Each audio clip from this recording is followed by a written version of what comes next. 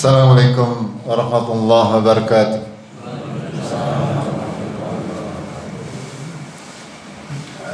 Alhamdulillahi rabbil alamin alladzi hadana lihada wa ma kunna linahtadiya laula an hadana Allah. Asyhadu an la ilaha illallah wahdahu la syarika lah wa asyhadu anna Muhammadan abduhu wa rasuluh. Allahumma salli wa sallim wa barik ala Muhammad wa ala ahli baitihi wa ala azwajihi wa dzurriyyatihi kama sallaita ala Ibrahim innaka Hamidum Majid. Amma ba'd. Qala Allah Ta'ala fil kitabihil karim. A'udzu billahi minasy syaithanir rajim. Ya ayyuhalladzina amanu taqullaha haqqa tuqatih wa la tamutunna illa wa antum muslimun. Jamaah subuh rahimakumullah. Tidak bosan-bosannya marilah kita senantiasa saling berwasiat kepada diri kita sendiri, kepada keluarga kita, kepada teman-teman kita, kepada saudara-saudara kita, lingkungan kita, untuk senantiasa bersabar di dalam menjalani ketaatan kepada Allah Tabaraka wa Ta'ala. Senantiasa bersabar untuk berusaha menghindari semua larangan-larangan Allah Tabaraka wa Ta'ala, untuk senantiasa bersabar dalam setiap keadaan yang mungkin menimpa kita di setiap keadaan. Jamaah subuh rahimakumullah, kita memasuki hari-hari akhir di bulan Ramadan tahun ini. InsyaAllah kita akan semakin berusaha untuk mendekatkan diri kepada Allah sesuai dengan tuntunan Rasulullah sallallahu alaihi wasallam, agar supaya di 10 hari terakhir dimanfaatkan untuk taqarrub ila Allah. Rasulullah sallallahu alaihi wasallam ketika memasuki 10 hari terakhir di bulan Ramadan, beliau mengencangkan ikat pinggangnya. Beliau lebih fokus untuk beribadah kepada Allah Tabaraka wa Ta'ala, untuk menggapai kesuksesan. Kenapa Rasulullah melakukan demikian? Padahal Rasulullah sudah dijamin surga. Karena memang Rasulullah itu mencintai, suka untuk beribadah kepada Allah Tabaraka wa Ta'ala, sekaligus juga sebagai uswatun hasanah, sebagai contoh bagi kita kaum muslimin, agar supaya mencontoh beliau sallallahu alaihi wasallam di dalam setiap amal ibadahnya. Jamaah rahimakumullah, kita tahu di akhir bulan Ramadan Allah menyediakan sebuah door prize, cara bahasa kita, kemudahan-kemudahan dari Allah untuk kita mendapatkan pahala di sisi Allah Tabaraka wa Ta'ala. Karena memang kalau kita kalkulasi, kalau kita menghitung secara matematik, tidak mungkin ketemu pahala amalan panjenengan dibandingkan dengan dosa-dosa kita semuanya, panjenengan semuanya. Lalu kok mengharap surga yang nilainya tidak bisa dinilai dengan harta. Kalau kita hitung-hitung tidak mungkin cukup. Makanya tidaklah seorang bisa memasuki surganya Allah kecuali karena rahmat Allah Tabaraka wa Ta'ala. Allah senantiasa melipat gandakan pahala kebaikan 10 sampai 700 kali lipat. Bahkan Allah melipat gandakan dengan tidak terhitung bagi siapa yang Dia kehendaki. Termasuk di dalamnya malam Lailatul Qadar yang kadarnya lebih baik daripada 1000 bulan. InsyaAllah kaum muslimin yang terbiasa menjalankan ibadah kepada Allah semuanya akan mendapatkan malam Lailatul Qadar, walaupun dia mungkin pas malamnya ketiduran, ataupun lagi masak misalnya, ataupun lagi apa? Lagi ngode, ya, di dalam rangka beribadah kepada Allah. Itu semuanya akan dinilai sebagai sebuah ibadah. Sudah barang tentu nilainya berbeda antara yang tidur dengan yang iktikaf misalnya, berbeda. Walaupun sama-sama mendapatkan Lailatul Qadar, akan tetapi tingkatannya berbeda. Berbeda antara yang misalnya orang yang pada malam Lailatul Qadar lagi membaca Al-Quran di rumah dengan yang iktikaf di masjid, itu sudah pasti berbeda. Makanya ini monggo untuk bisa dimanfaatkan sisa waktu kita di 10 hari terakhir untuk banyak-banyak beriktikaf di masjid, terutama bagi kaum laki-laki. Kalau kaum ibu, monggo yang bisa saja. Ya, syarat utamanya untuk kaum ibu adalah mendapatkan izin daripada suami. Harus, kalau tidak diizinkan tidak boleh. Kata jamaah rahimakumullah, sedikit akan kami sampaikan pada kesempatan pagi ini sebuah materi yang diberi judul ayat-ayat cinta. Ya, ayat-ayat cinta kayak judul sinetron, ge. Kenapa saya tertarik dengan materi ini? Ini materi disusun oleh Dr. Firanda. Beliau seorang pengisi kajian di Madinah sana biasanya kalau umroh, ya, panjenengan akan mendapati beliau di sana mengisi. Gitu. Jamaah rahimakumullah, kenapa kami tertarik dengan materi ini? Ya karena memang sangat penting, karena ini berkaitan dengan kehidupan kita sehari-hari, berkaitan dengan kehidupan kita di dalam keluarga kita. Bagaimana kita berakhlak dengan anak dan istri kita, bagaimana kita berakhlak dengan lingkungan kita, bagaimana kita berakhlak dengan siapa saja. Allah sudah memberikan gambaran global maupun detil di dalam Al-Quran dan sunnah-sunnah sahihah. Hanya saja kebanyakan orang tidak mau atau belum sempat untuk membahasnya, sehingga mungkin kadang tidak diperhatikan oleh kita semuanya. Allah Tabaraka wa Ta'ala menciptakan kita manusia. Tujuan penciptaan manusia secara umum adalah terdapat dalam surat Az-Zariyat.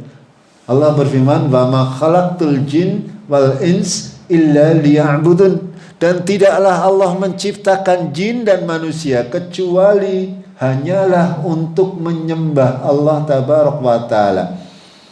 Kalau seorang yang tidak faham, berarti manusia diciptakan konsolat sabendina kan supaya menyembah Allah. Itu kalau orang yang tidak tahu. Kalau orang yang tidak tahu berpikiran seperti itu. Akan tetapi para ulama tidak seperti itu. Ya, para ulama menjelaskan bahwasanya Allah itu menciptakan manusia dan jin tidaklah diciptakan kecuali untuk menyembah Allah. Padahal waktu kita untuk sholat, untuk puasa, untuk membaca Al-Quran yang mungkin sehari hanya mungkin 1 jam, itu pun nggak tahu nyampe apa tidak. Hanya dengan sholat sehari ada 1 jam? Ada nggih? Ada, insya Allah, dengan jalannya maksudnya. Kalau nunggu nih, ya. Kalau kita sholat sehari 5 kali di masjid, ya kurang lebih berangkat dan pulang 15 menit, ping 5 ya berarti ya analah sejam nggih, alhamdulillah. Itu ya. Padahal waktu kita masih sangat banyak. Kita dikasih 24 jam. Panjenengan sehari berapa jam? Kira-kira berapa? 4 lah kurang dengan Pak Sartom. Sing nom-nom ya mungkin 6 jam standar lah. Standar kalau anak-anak yang mungkin sampai 8 jam. Kalau yang sudah senior 6 jam itu sudah lebih dari cukup. Iya, jakaken. Ya, jakaken karena Allah mengatur kita sedemikian rupa. Jangan terlalu banyak tidur. Itu pakaian turu ya. Jadi apa? Itu seperti itu. Ya, tadi berarti 1 jam untuk beribadah, 6 jam untuk tidur. Ya, sudah 7 jam. Masih berapa? Dari 24 jam? Masih akan, Bob? Ya, masih sekitar 17 jam. Ada 17 jam. Nah, ini kan kalau Allah menciptakan kita manusia untuk beribadah, ini 17 jam ini kata para ulama, apapun yang kita lakukan pada saat 17 jam itu, kalau kita niatkan untuk beribadah kepada Allah, itu akan menjadi bernilai ibadah. Di antara 17 jam lagi kita mungkin sortir sedikit lagi. Ya, untuk bekerja standarnya 8 jam. Ya, 8 jam dari 17 jam berarti masih ada 9 jam. Nah, 9 jam itu biasanya secara umum kita menghabiskan waktu di rumah bersama anak dan istri. Itu secara umum. Kecuali orang-orang yang super sibuk ya. Super sibuk. Ya, bekerjanya bisa sampai berapa jam? Ya, sampai 17 jam dihabiskan untuk bekerja.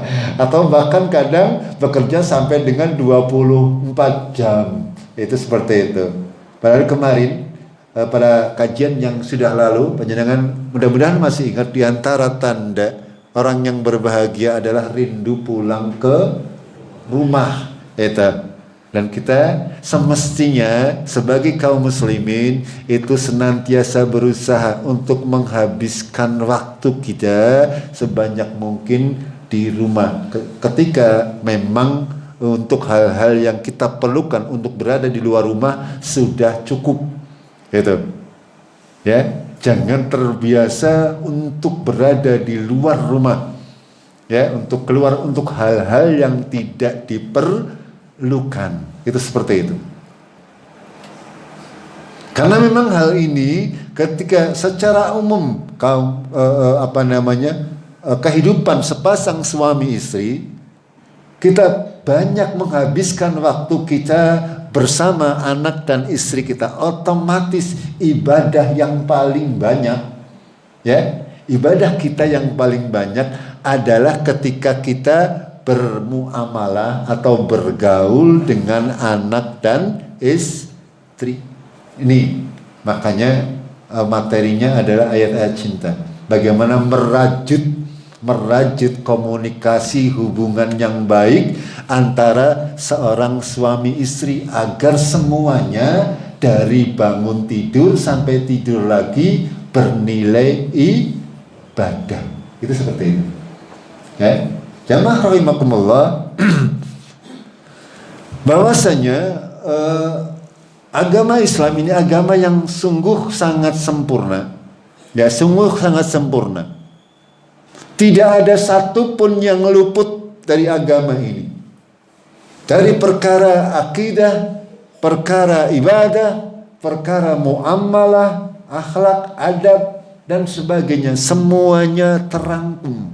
Semuanya diatur sedemikian rupa bagi siapa-siapa yang mau diatur. Akan tetapi karena memang la ikraha fiddin, tidak ada paksaan dalam agama.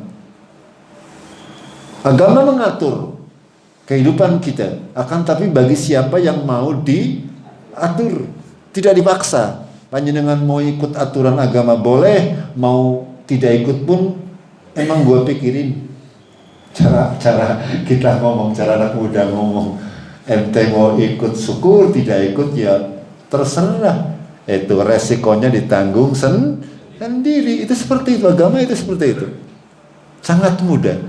Ya, ketika kita mengikuti aturan-aturan syariat agama Allah yang sesuai dengan Al-Quran dan Sunnah, itu pasti kita selamat.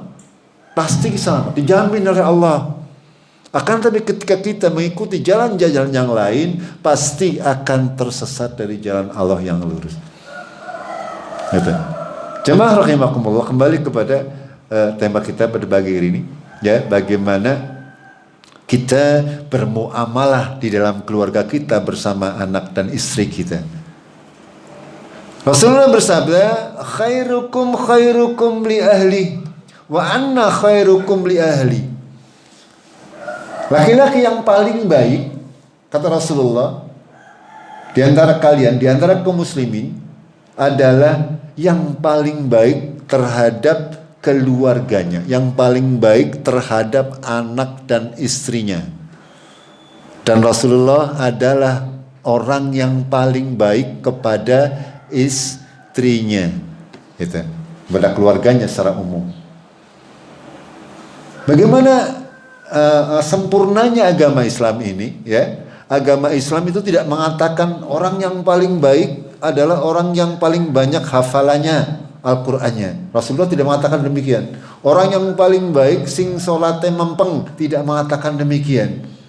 Akan tetapi yang paling baik adalah yang paling baik kepada istrinya atau kepada keluarganya. Itu menandakan bahwasanya segala amal ibadah kita yang wajib itu sebagai wasilah. Bahwasanya amal ibadah kita harus kita terjemahkan dalam kehidupan sehari-hari.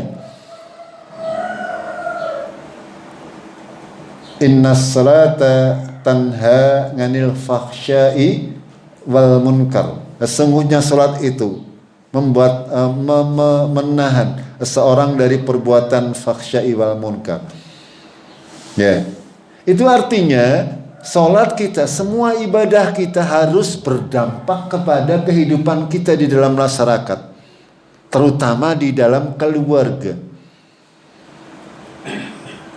Rasulullah senantiasa menjadikan keluarga ini sebagai barometer utama. Apakah seorang itu benar atau tidak, ketakwaannya kepada Allah Tabaraka wa Ta'ala adalah dilihat bagaimana dia berakhlak kepada istri dan anak-anaknya.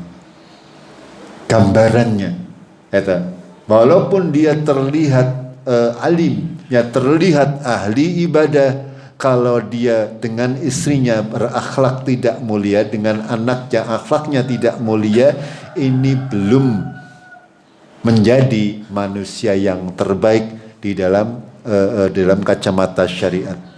Itu. Dalam hadis yang lain Rasulullah sallallahu alaihi wasallam bersabda, "Innaka lan tunfiqu nafaqatan tabtaghi biha wajhallah." Dan tidaklah engkau berinfak di jalan Allah dengan mengharapkan ridho Allah, dengan mengharapkan wajah Allah. Illa ajirta 'alaiha, kecuali akan dibalas oleh Allah. Hatta ma taj'alu fi fammi imra'atik.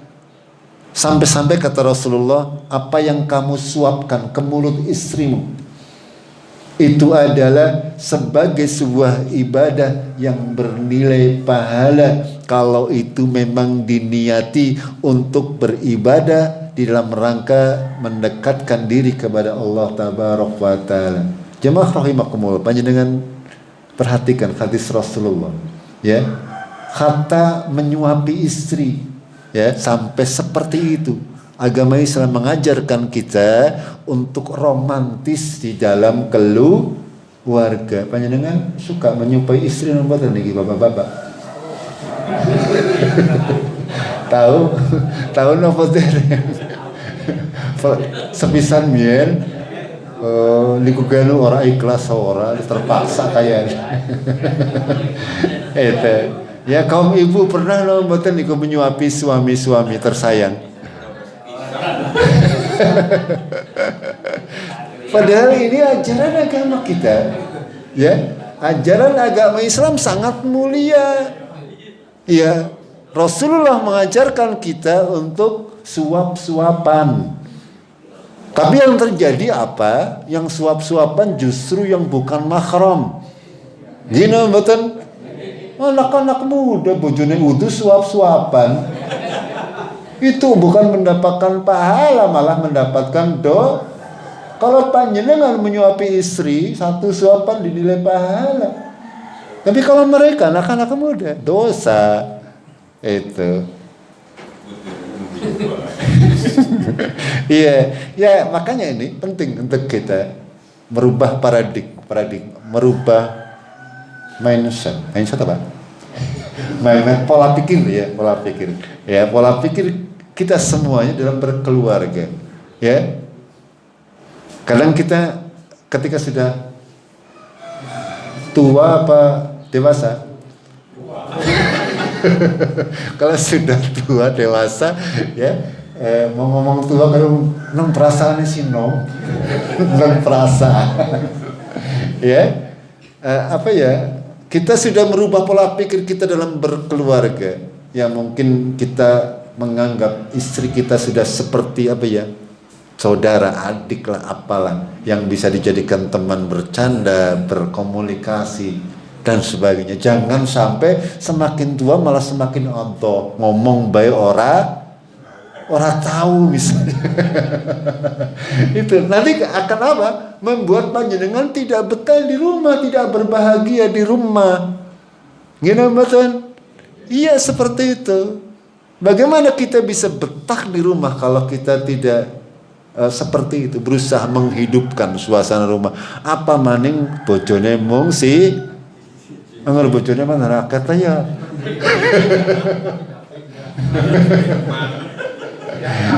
Ya oli sarate ngayani disik. Kadang gelem sih bojo akad tapi ngayani ini sing ora gelem nggih, Bu. Gitu, iya. Itu. Ya. Jamaah rahimakumullah. Bagaimana keindahan agama syariat agama Allah ini? Ya, bagaimana permasalahan romantis dalam keluarga itu juga diajarkan oleh Rasulullah kepada kita semuanya. Kita kadang-kadang belum memahami bahwa itu adalah ajaran agama. Itu. Ya sekali-kali maring bapane, papa capek apa orang atau sayang gitu ya boleh ya. aja mau lomba sih ngomong sayang kalau orang muda pacaran ngomong sayang dosa ya, nggak panjenengannya boleh lah ngomong ayang beb apa itu kan. Itu boleh saja agar supaya apa, agar dalam kehidupan panjenengan ada keromantisan di dalam keluarga ya. Sekali-kali panjenengan bercengkrama, bersendaguro dengan istri itu sebuah hal yang harus dilakukan agar supaya apa? Agar supaya timbul lagi, karena kita kehidupan berumah tangga kan sudah lama. Zaman muda sih ya, tanpa seperti itu ya lagi seneng-senengnya gitu betul. Ya zaman anyar.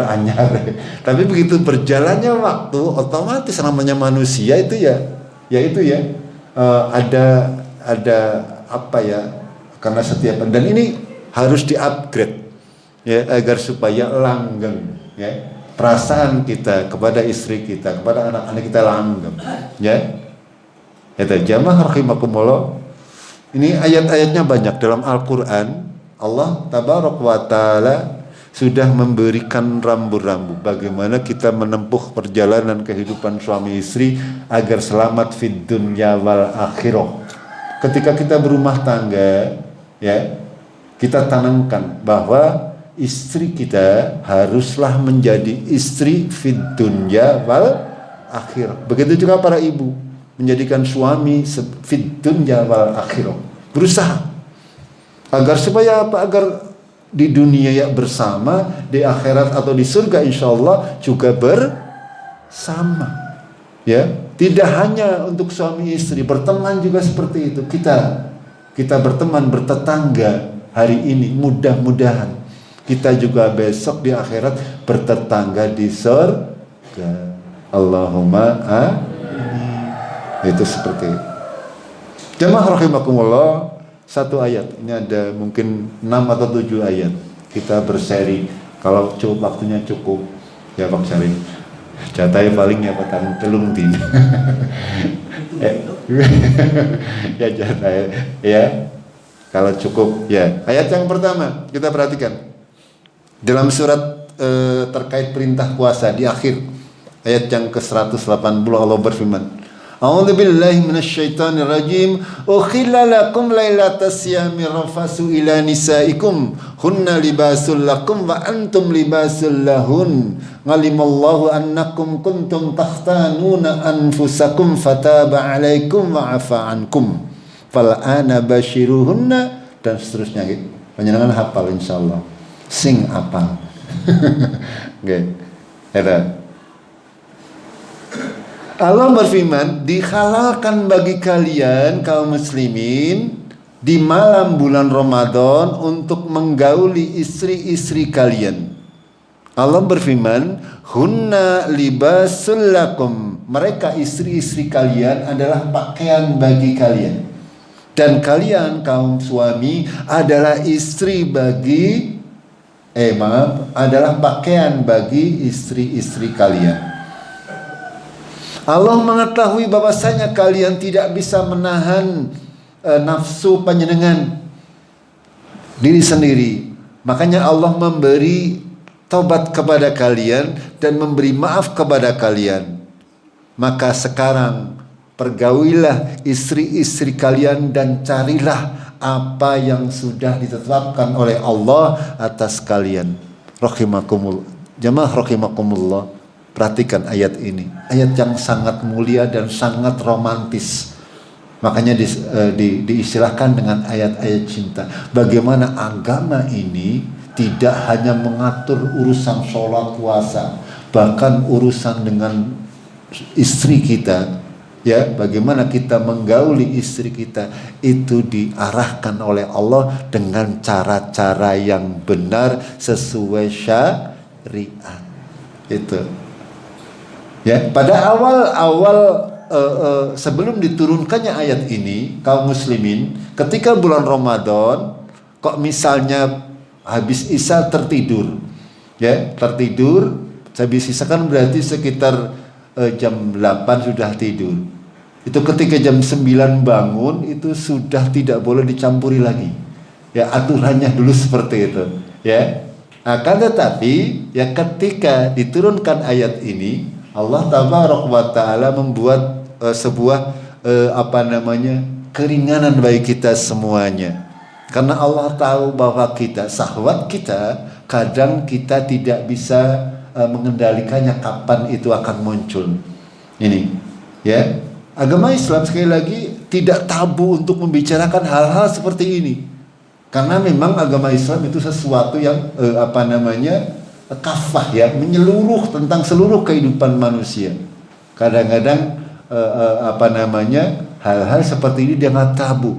Akan tapi baik agama Islam dalam Al-Quran maupun sunnah sahihah, banyak Rasulullah mengajarkan bagaimana kita mempergauli istri kita, termasuk di dalam urusan-urusan yang sifatnya urusan khusus suami dan istri. Itu. Lalu yang penting baik kita ketahui bahwasanya Allah sudah memberikan gambaran tentang suami dan istri. Suami dan istri. Suami adalah pakaian bagi istri, istri pakaian bagi suami. Ketika kita memahami kalimat seperti ini, maka kita juga harus tahu yang namanya pakaian. Pakaian kelambi, okay, baju, ya pakaian itu banyak, okay, pakaian semuanya adalah sesuatu yang mempunyai fungsi. Banyak fungsinya, kurang lebih ada beberapa lah. Saya sebutkan 3 saja. Ya. Yang pertama kira-kira apa? Pakaian. Fungsinya. Napa fungsinya? Pakaian mau kelambi fungsinya mau apa? Napa? Nutup aurat. Iya. Yang menutup aurat. Kita bahas dulu yang menutup aurat. Kalau Allah mengatakan suami adalah pakaian sebagai istri dan istri adalah pakaian bagi suami, sedangkan fungsi pakaian adalah menutup aurat, makanya seorang suami itu tidak boleh mengumbar aurat-aurat istri, tidak boleh mengumbar aib-aib istri, tidak boleh menceritakan kekurangan-kekurangan istri kepada siapapun juga. Begitu juga kebalikannya, seorang istri haram untuk menceritakan kekurangan-kekurangan suami. Ya walaupun suaminya mungkin pelit, tapi tidak boleh diceritakan kepada orang lain. Itu seperti itu, ya.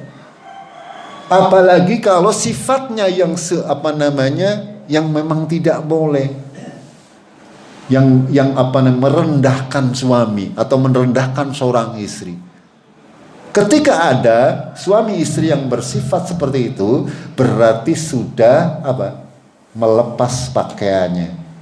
Berarti pada baik dia berjalan di tengah-tengah masyarakat orang nganggo. Iya.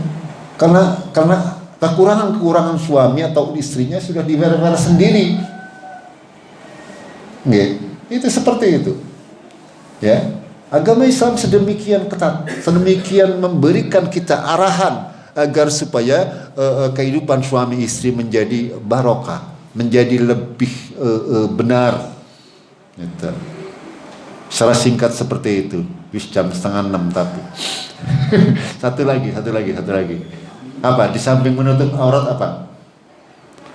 Di samping menutup aurat apa? Kurang menutup aurat toh? Apalagi kira-kira? Iya benar. Ya. Di antara fungsi pakaian adalah apa? Melindungi panas, gitu betul? Panas ataupun dingin, iya kan? Panas ataupun dingin atau dari penyakit-penyakit. Artinya seorang suami dan istri itu harus seperti itu, saling melindungi agar suami melindungi istri agar tidak terkena penyakit-penyakit. Apalagi makanya jangan sampai seorang suami itu malah menyakiti istrinya, baik secara fisik ataupun melalui lisan. Kadang dari lisan itu lebih terasa. Kalau dari fisik dengan tangan, panjenengan menyakiti istri mungkin hanya membekas pada tubuh. Tapi kalau perkataan yang keluar dari mulut panjenengan kok melukai istri, sing lara kue atine, dan itu lebih susah untuk hilang. Ini monggo, terutama yang masih muda-muda ini, ya. Sing tua sih ya insyaallah wis tua. Ya itu. Ya monggo, ini untuk apa? Agar supaya langgeng.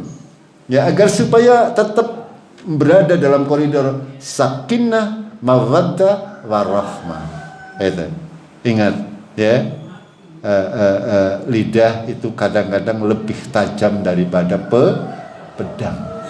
Itu jangan sampai kita. Begitu juga bukan hanya untuk suami, istri juga seperti itu.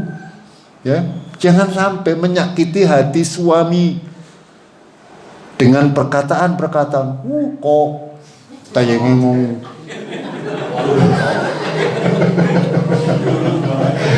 Turu baik muding. Itu ya. Ini makanya agama Islam ini seperti ini ya. Ya kalau kita mau berusaha untuk merubah semuanya, insya Allah tidak ada kata terlambat. Jamaah rahimakumullah, masih panjang akan tapi waktu tidak cukup gitu. Nanti sore ketemu lagi gitu. Tapi bahasanya lain nanti sore. Insya Allah yang ini kita teruskan besok pagi gitu. Anggar masih urip. Iya, orang mesti. Ya mudah-mudahan masih diberi kesempatan. Kita akhiri dengan kafaratul majlis. Subhanakallahumma bihamdik asyhadu an la ilaha illa anta astaghfiruka wa atubu ilaik. Billahi taufiq wal hidayah. Assalamualaikum warahmatullahi wabarakatuh.